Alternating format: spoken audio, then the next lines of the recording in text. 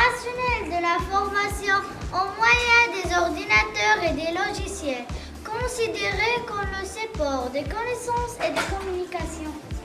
L'intelligence artificielle est l'imitation de l'intelligence humaine qui repose sur la création et l'application d'algorithmes exécutés dans un environnement informatique. Son but est de permettre à des ordinateurs de penser et d'agir comme des êtres humains. Et parce que l'informatique et l'intelligence artificielle jouent un rôle très important dans notre vie actuelle et se développent de jour en jour, nous allons nous arrêter aujourd'hui sur quelques savants informaticiens du monde qui ont marqué l'histoire. Des enfants se disputent un téléphone portable. Ils sont en visite chez leurs grands-parents. À un certain moment, la grand-mère intervient pour régler le problème.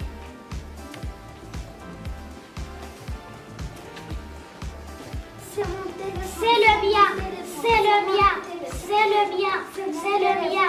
Mais qu'est-ce que vous faites, mes enfants? Ma grand-mère, c'était qui a commencé à m'appeler mon téléphone portable quand il était en train de se charger. J'ai le seul empreinte de grand-mère car le mien ne capte pas bien.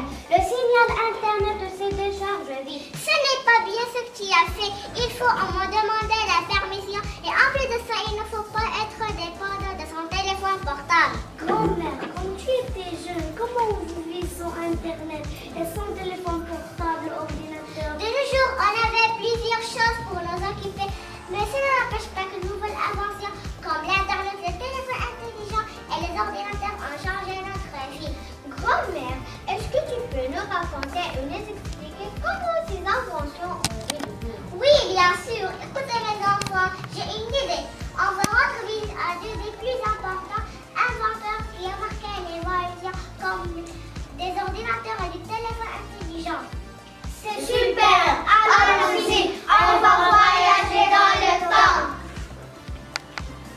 Voici Bill Gates, né en 1955 à Washington aux États-Unis. C'est le fondateur de Microsoft qui a fait un changement radical dans le domaine de l'informatique. Bonjour monsieur, est-ce vrai que c'est vous Bill Gates?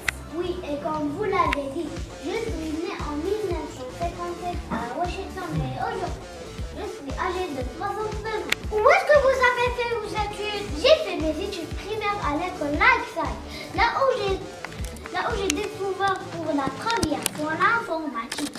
En 1973, je suis entrée à l'université à Harvard, mais j'ai abandonné à la première année pour réaliser mon projet et suivre mon rêve. Et quand est-ce que vous êtes arrivé à réaliser votre rêve? À l'âge de 20 ans, en 1974, j'ai créé mon premier langage informatique à avoir fonctionné sur un micro-ordinateur commercial, l'Alter Basic, plus connu sous le nom de Microsoft.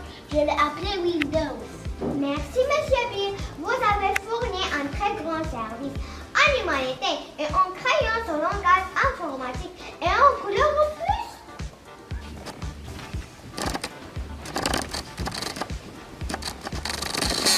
Venez voir mes enfants. C'est Steve Jobs.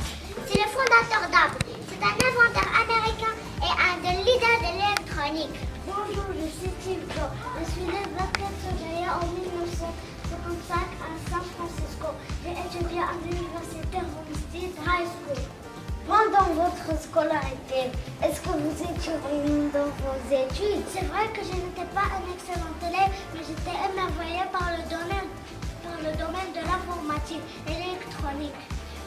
Monsieur, est-ce qu'on peut savoir comment vous avez entamé votre première invention? Avec mon ami Steve Wozniak, en 1971, on a inventé un Blue Box. C'était un appareil qui permettait de passer des appels téléphoniques gratuits et c'était l'origine d'Apple. Est-ce que vous avez toujours été indépendant et vous n'avez jamais travaillé chez d'autres entreprises? Non, ma petite, j'ai travaillé en 1974 à la ferme Atari où j'ai réussi à développer le jeu de cartes.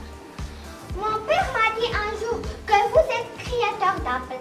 Alors, quand est-ce que vous avez créé votre entreprise? En 1975 et toujours en collaboration avec mon ami Steve Wozniak, j'ai conçu Apple One, un ordinateur monté. Après, à la suite de la découverte de l'Internet,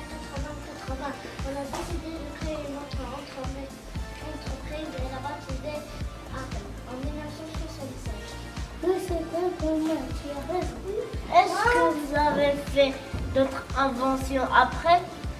À l'âge de 25 ans, en 1980, j'ai fait le succès avec mon deuxième ordinateur avec un écran et des lecteurs CD. En 1983, j'ai lancé Apple Lisa et la Macintosh en 1984. Si je me rappelle bien, vous avez lancé le iPod et le iTunes en 2001. En 2001, oui, le iTunes Store et le magasin Apple Store. Oui, c'est vrai. En 2007, Apple a lancé sur le marché le premier téléphone intelligent, le iPhone. Appareil celui-là doté d'un écran tactile et d'un navigateur web, le smartphone. La tablette numérique en 2010, le iPad.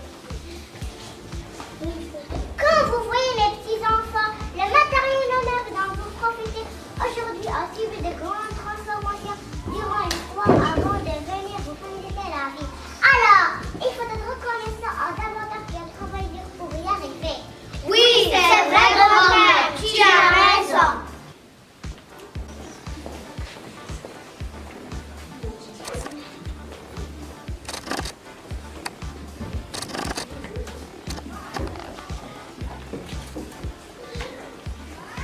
Le domaine de l'informatique et de l'intelligence artificielle a subi tout au long des années beaucoup d'évolutions et le subit toujours. Ce qui a aidé à la progression de ce domaine, ce sont les professionnels de l'informatique et leurs brillantes idées. Or, les brillantes idées des informaticiens de l'intelligence artificielle ont joué un rôle très important tout au long de l'évolution et de la progression de ce domaine. Alors, toute invention était au début une idée créatrice qui est passée à la réalisation par le dépôt d'un plan précis de la technique utilisée. Et pour conclure, on peut dire que les idées sont à la base de toute invention.